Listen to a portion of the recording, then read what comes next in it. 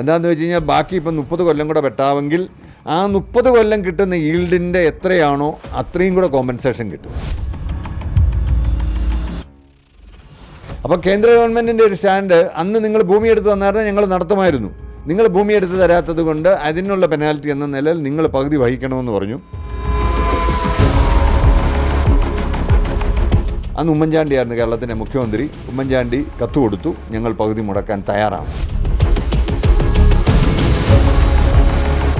എൻ്റെ പറമ്പിൽ കൂടെ വേണ്ട, അങ്ങേ പുരയിടത്തിൽ കൂടെ പോവുക, പിന്നെ പറ്റുവാണെങ്കിൽ എൻ്റെ വീടിൻ്റെ ഓപ്പോസിറ്റായിട്ട് ഒരു റെയിൽവേ സ്റ്റേഷനും കൂടെ ഉണ്ട്, ഹാപ്പിയാണെന്ന് പറയുന്ന അപൂർവം ചില ആളുകളുണ്ട്.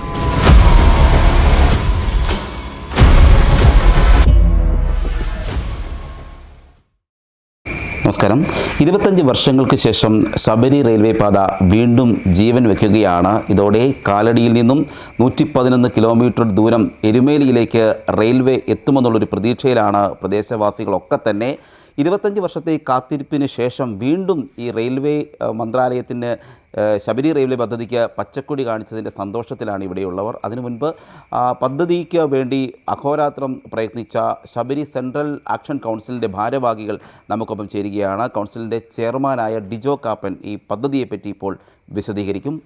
ഒരു നാടിൻ്റെ പുരോഗതി ആ നാട്ടിലെ റോഡിലേക്ക് നോക്കിയാൽ മനസ്സിലാകും എന്നാണ് പൊതുവെ പറയുന്നത്. ഒരു നാട് എത്രമാത്രം വികസിച്ചു എന്നറിയുന്നത് ആ നാട്ടിലെ ഗതാഗതം എത്ര സുഗമമാണ്. അത് റോഡിൽ കൂടിയാണെങ്കിലും വ്യോമ മേഖലയിലാണെങ്കിലും റെയിൽവേ കൂടിയാണെങ്കിലും കപ്പൽ മാർഗമാണെങ്കിലും ഒക്കെയുള്ള ചരക്ക് നീക്കവും ഒക്കെയാണ് ഒരു രാജ്യത്തിൻ്റെ അഭിവൃദ്ധിയെ സൂചിപ്പിക്കുന്നത്. നമ്മളെ സംബന്ധിച്ച് എനിക്ക് തോന്നുന്നത് ഇന്ത്യയിൽ ഏറ്റവും കൂടുതൽ വാഹന പെരുപ്പമുള്ള ഒരു സംസ്ഥാനം കേരളമാണ്. കൃത്യമായി പറഞ്ഞാൽ 1979 നമുക്ക് 1,15,000 വാഹനങ്ങളായിരുന്നു. നമ്മുടെ റോഡ് ഉറപ്പിക്കുന്ന റോളർ ഉൾപ്പെടെയുള്ള വാഹനങ്ങളുടെ എണ്ണമാണ് ഞാൻ പറയുന്നത്. അന്ന് നമുക്ക് 14,000 കിലോമീറ്റർ റോഡുണ്ടായിരുന്നു. എന്നാൽ ഇന്നിപ്പം നമുക്ക് 1,60,00,000 വാഹനങ്ങളായി. ആ വാഹനങ്ങൾ ഓടാൻ അപ്പോൾ എത്രമാത്രം റോഡ് വേണം? പക്ഷേ അത് 40,000 കിലോമീറ്ററേ ആയിട്ടുള്ളൂ. നമ്മളിപ്പം ചർച്ച ചെയ്തുകൊണ്ടിരിക്കുന്നത് തന്നെ NH-67 ആ റോഡ് പണിയിലെ അപാകതകളൊക്കെയാണ്. അതവിടെ നിൽക്കട്ടെ. അപ്പോൾ അങ്ങനെയുള്ളപ്പം സ്വാഭാവികമായും റോഡിൽ കൂടി പോകുന്നതിനേക്കാൾ അപകടരഹിതമായ യാത്ര എപ്പോഴും ട്രെയിനിലാണ്. ട്രെയിൻ അപകടങ്ങൾ വളരെ നന്നേ കുറവാണ്. അപ്പോൾ അതുകൊണ്ട് കേരളത്തിന് അതിൻ്റെ ഒരു ആവശ്യകതയുണ്ട്. നമുക്കറിയാം, ഹിന്ദുക്കൾ, പ്രത്യേകിച്ച് സൗത്ത് ഇന്ത്യയിലെ ഹിന്ദുക്കളുടെ ഏറ്റവും വലിയ തീർത്ഥാടന കേന്ദ്രമായ ശബരിമല. ആ ശബരിമലയിലേക്ക് വരുന്ന അയ്യപ്പന്മാർ 1-2 ദിവസം ഉറക്കളച്ചിരുന്ന് ആന്ധ്രയിൽ നിന്നും കർണാടകത്തിൽ നിന്നും തമിഴ്നാട്ടിൽ നിന്നൊക്കെ കേരളത്തിലേക്ക് വരുന്നു എന്നുള്ള ഒരു ദുഃഖസത്യം നിൽക്കുമ്പോഴും ഈ പ്രദേശത്തേക്ക്, അതായത് പ്രത്യേകിച്ച് ഇടുക്കി, കോട്ടയത്തിൻ്റെ ഈ മേഖല, ആ മേഖലയിലേക്ക് ട്രെയിൻ ഇല്ല എന്നുള്ള ഒരു ആശയം, അതിൻ്റെ ഒരു തുടക്കക്കാരൻ സത്യത്തിൽ ജിയോ പനശാലിക്കൻ എന്ന് പറയുന്ന ഒരു വ്യക്തിയാണ്. അദ്ദേഹത്തിൻ്റെ ഒരു സ്വപ്നമായിരുന്നു അദ്ദേഹത്തിൻ്റെ നാട്ടിൽ കൂടി, അദ്ദേഹം പാലായിക്കടുത്ത് പിഴകിലാണ് ജനിച്ച്, എനിക്ക് ആ ട്രെയിനിലൊന്ന് യാത്ര ചെയ്യുക, എൻ്റെ നാട്ടിൽ കൂടി ഒരു റെയിൽവേ പാളം പോകുന്നത് കാണുക. അപ്പോൾ ആ സ്വപ്നം അദ്ദേഹം സാക്ഷാത്കരിക്കാൻ വേണ്ടി അന്നത്തെ മൂവാറ്റുപുഴ പാർലമെൻറ്റിനുള്ള സമയമാണ്. അന്ന് അതിൻ്റെ MP PC തോമസ് ആയിരുന്നു.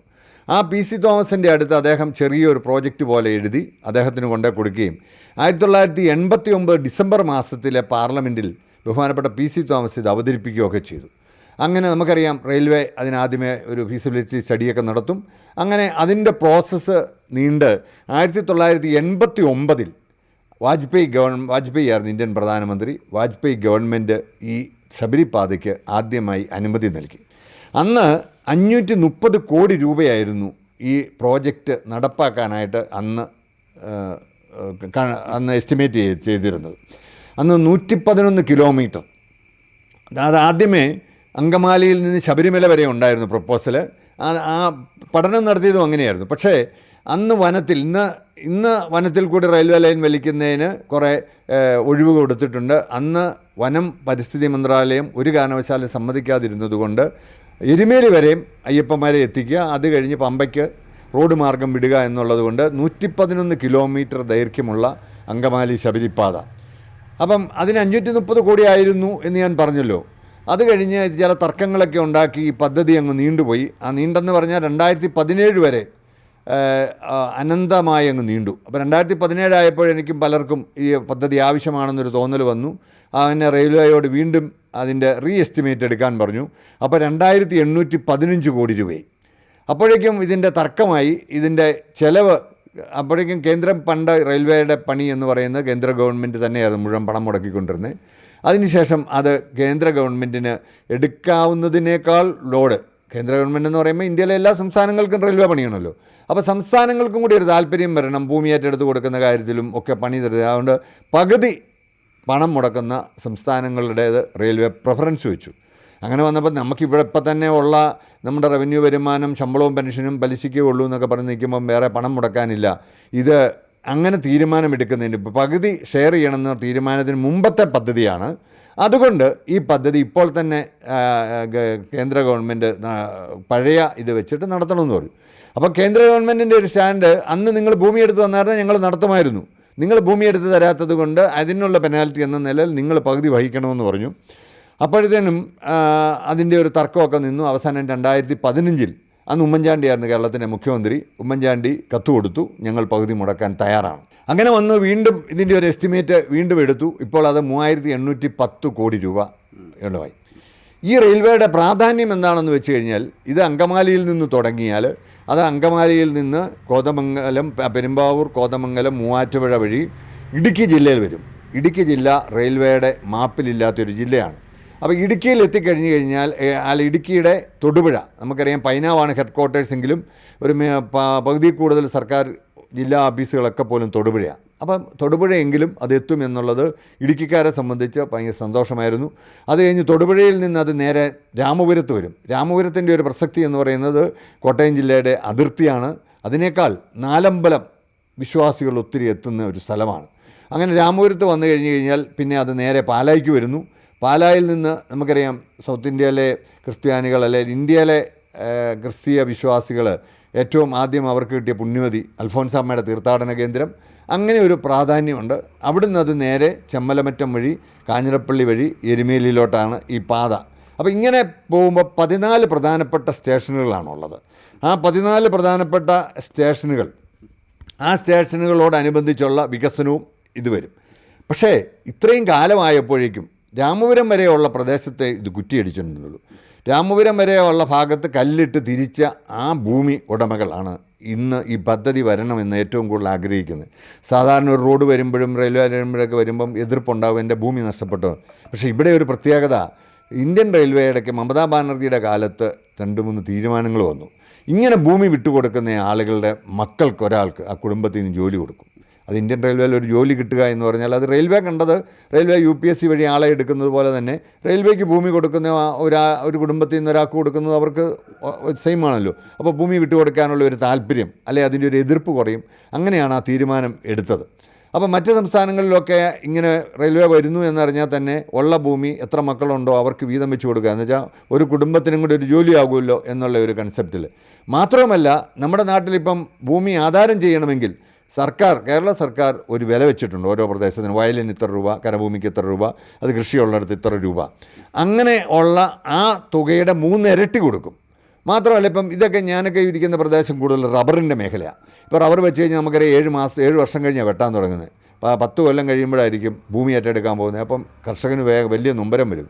പക്ഷേ ഇക്കാര്യത്തിൽ ആ നൊമ്പരത്തിന് അർത്ഥമില്ല. എന്താണെന്ന് വെച്ച് കഴിഞ്ഞാൽ ബാക്കി ഇപ്പം 30 കൊല്ലം കൂടെ വെട്ടാമെങ്കിൽ ആ 30 കൊല്ലം കിട്ടുന്ന ഈൽഡിൻ്റെ എത്രയാണോ അത്രയും കൂടെ കോമ്പൻസേഷൻ കിട്ടും.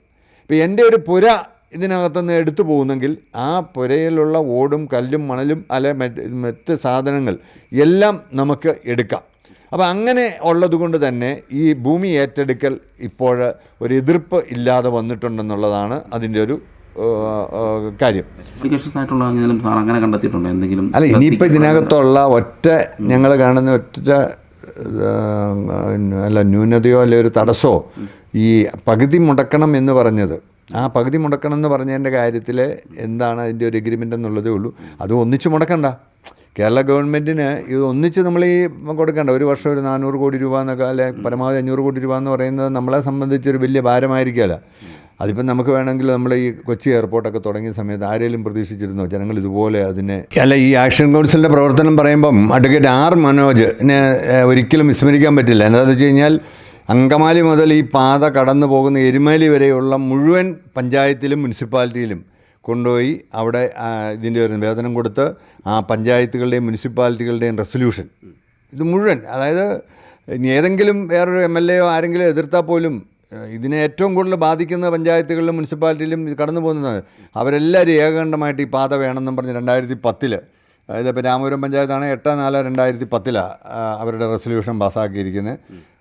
കോരിത്തോട് പഞ്ചായത്താണ് 5/4/2010. ഇങ്ങനെ ഓരോ പഞ്ചായത്തുകളും, പാറത്തോട് ഗ്രാമപഞ്ചായത്തിൻ്റെ റെസൊല്യൂഷൻ 13/4/2010 ഇങ്ങനെയൊക്കെ ഇത് ചെയ്തു. അപ്പം ഇത് പറയാൻ കാരണം ചില ആളുകൾക്ക് ഈ ആക്ഷൻ കൗൺസിൽ എന്തിനാണ് ഇങ്ങനെയൊക്കെ മെനക്കെടുന്നത് എന്നൊക്കെ ചോദിച്ച് ഒരു സംഘർഷത്തിലോട്ടൊക്കെ വരാനുള്ളവരെയും ഇതുണ്ടായി. എന്നോടാണ് ഒരിക്കൽ ഒരാൾ രാവിലെ ഞാൻ പള്ളിയിലോട്ട് ഇറങ്ങാനായിട്ട് രാവിലെ 2010 ഞാൻ രാവിലെ പള്ളിയിലോട്ട് ഇറങ്ങാൻ തുടങ്ങുമ്പം എനിക്കൊരു ഫോൺ. അപ്പം ഞാൻ എന്താ എന്ന് ചോദിച്ചു.